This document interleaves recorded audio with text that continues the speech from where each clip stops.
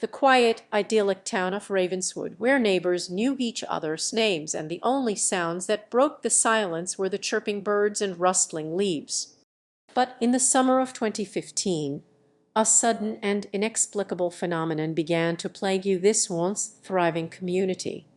A pungent, acrid odor started wafting through the streets, rendering residents gagging and desperate for answers. At first, it was dismissed as a one-time anomaly, but as the days went by, the smell persisted, growing stronger with each passing day. It was as if the very air itself had turned toxic, reeking of rotten eggs, sewage, and burnt rubber. Desperate to escape the putrid stench, residents began fleeing their homes, seeking refuge in nearby towns or even abroad. The town's infrastructure seemed unaffected, but it didn't matter. The psychological toll was crippling. Residents reported experiencing headaches, nausea, and anxiety attacks as they struggled to comprehend the source of this unrelenting affront on their senses. As local businesses suffered from plummeting foot traffic, once friendly faces turned hostile, and neighborly relations began to fray. Ravenswood's mayor, James Wilson, initially downplayed the issue, assuring citizens that a thorough investigation was underway. But as weeks turned into months, and the smell showed no signs of abating, residents' frustration boiled over into full-blown panic. What could be causing this unholy stench to haunt their once peaceful town? Ravenswood was a place where tradition and community thrived. For generations, the town's residents had lived and worked together, their daily routines woven into the fabric of small-town life. The local diner, May's Cafe, was the heart of it all, where friends gathered over plates of fresh-baked pie and cups of steaming coffee.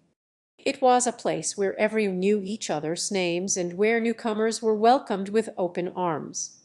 But in 2015, something changed. The air grew thick with an unbearable stench that seemed to seep from the very earth itself. Residents gagged as they went about their daily routines, struggling to breathe through the noxious fumes. At first, people thought it was just a minor issue, perhaps a faulty sewage system or a prank gone wrong. But as the days turned into weeks, and the smell showed no signs of abating, Ravenswoodians began to panic. As the odor grew stronger, so did the frustration. Parents worried about the health effects on their children, while business owners watched in dismay as customers fled. The town's mayor, Rachel Jenkins, scrambled to find a solution, calling in experts from nearby cities and testing samples of the air. But no matter what they tried, the smell persisted, a constant reminder that something was very wrong in Ravenswood. And at the center of it all was an enigmatic mystery that would leave the town forever changed. As the days turned into weeks and the stench persisted, residents began to notice a pattern. The odor was most pronounced during peak hours when traffic was heavy on Main Street. Some even reported smelling it at night, when the town was quiet. It was as if the smell had taken on a life of its own. Ravenswood's city council, led by Mayor Emma Taylor, scrambled to find a solution. They hired a team of environmental consultants from Greentech Inc., who set up monitoring stations throughout the town. The data collected over several weeks revealed a disturbing trend. The air quality in Ravenswood was consistently below acceptable levels. But what was causing this toxic cocktail? The consultants found high levels of volatile organic compounds (VOCs) in the air, particularly during peak traffic hours. VOCs are known to be emitted by certain chemicals and fuels, but there were no nearby industrial sites or major highways that would account for such a large spike. The team also detected elevated levels of particulate matter, which can come from burning fossil fuels or natural sources like soil and vegetation.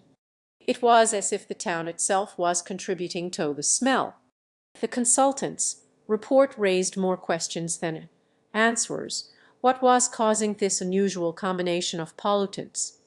And why was Ravenswood's air quality so significantly worse than neighboring towns? As we delve deeper into the mystery of Ravenswood's Syria odor, a pattern begins to emerge. The stench was just a one-time fluke. It was a recurring phenomenon that plagued the town for months on end.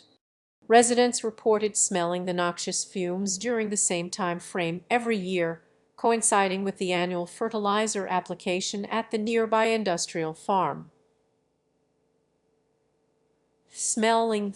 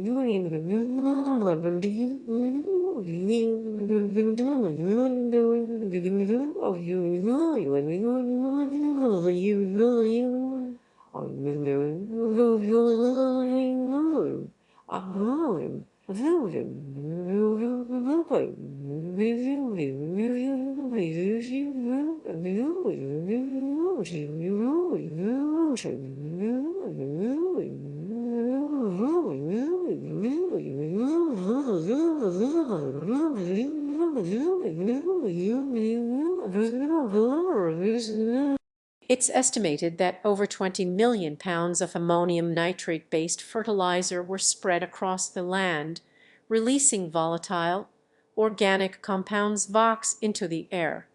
The cumulative effect was devastating. Respiratory issues skyrocketed among locals, and the once thriving downtown area became a ghost town as businesses shut down due to the unbearable smell. But what's truly unsettling is that authorities seemed oblivious to the issue or unwilling to act. Residents' complaints were met with dismissive shrugs, and local leaders claimed the odor was just part of rural life. It wasn't until a group of determined residents took matters into their own hands, conducting their own air quality tests and gathering scientific data, that the truth began to unravel. Their findings revealed alarming levels of ammonia and other pollutants in the air, exceeding safe exposure limits by several times. The stench was more than just an annoyance, it was a serious health hazard. As the days turned into weeks, and the stench showed no signs of abating, residents began to take matters into their own hands. A group of determined Ravenswoodians, led by local business owner Sarah Jenkins, formed a committee to investigate the source of the smell. Armed with little more than a few hazmat suits and a determination to get to the bottom of things, they embarked on a journey that would lead them down a dark and unexpected path. Their initial investigation focused on the town's industrial areas, where a cluster of chemical plants and factories stood tall. But as they began to question local officials and inspect facilities, something didn't add up. The plants were clean, the records were spotless, and the employees seemed genuinely perplexed by the odor. It was as if the smell had materialized out of thin air. It wasn't until they received a cryptic tip from an anonymous source that things started to fall into place. A local historian, known only by his handle Ravenswood, reached out to the committee with a tantalizing clue, a long-forgotten article about a toxic waste dump buried deep beneath the town's main street. The more they dug, the more it seemed that Ravenswood was sitting on a ticking time bomb, and the stench was just the beginning. As the people of Ravenswood struggled to make sense of the pungent plague that had taken over their town, a collective cry for help went up.